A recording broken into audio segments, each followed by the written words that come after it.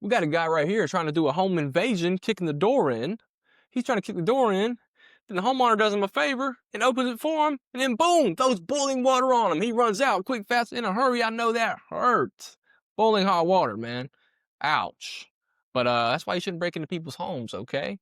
Don't do that. But yeah, for the full video and breakdown, go on my channel, Sims Tactics, and check it out. Okay, I got some good stuff in there. You might like it. All right.